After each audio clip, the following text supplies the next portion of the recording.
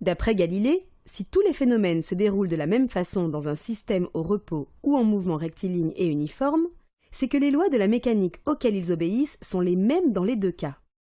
En 1905, Albert Einstein étend le principe de Galilée aux phénomènes lumineux. Einstein postule aussi que la lumière se propage dans l'espace vide avec une vitesse bien déterminée. Grâce à des expériences de pensée, il tire les conséquences de ce postulat. Embarquons dans un train imaginaire circulant à une vitesse proche de celle de la lumière selon un mouvement rectiligne et uniforme. Un voyageur observe que les faisceaux lumineux atteignent les parois opposées du wagon simultanément.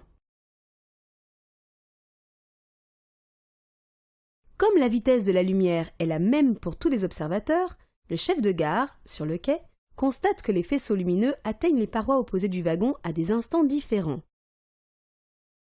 La première conséquence du postulat d'Einstein est que la simultanéité de deux événements est relative à l'observateur. Dans le wagon, la durée qui sépare deux réflexions sur le miroir B ne dépend que de la hauteur du wagon et de la vitesse de la lumière. Cette durée est nommée durée propre pour signaler qu'elle sépare deux événements qui ont eu lieu au même endroit. Vu depuis le quai, le trajet parcouru par la lumière est plus long car le wagon se déplace. La durée qui sépare deux réflexions sur le miroir B est donc plus longue que la durée propre car la vitesse de la lumière est la même pour tous les observateurs. Calculons la durée qui sépare deux réflexions successives sur le miroir B. La deuxième conséquence du postulat d'Einstein est que la durée séparant deux événements dépend du référentiel dans lequel on la mesure.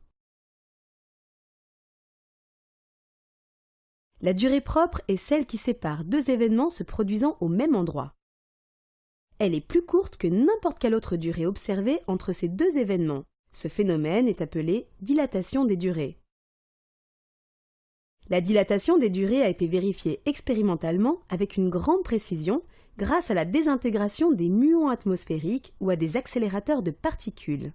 Il est indispensable d'en tenir compte pour synchroniser les horloges des systèmes de géolocalisation par satellite.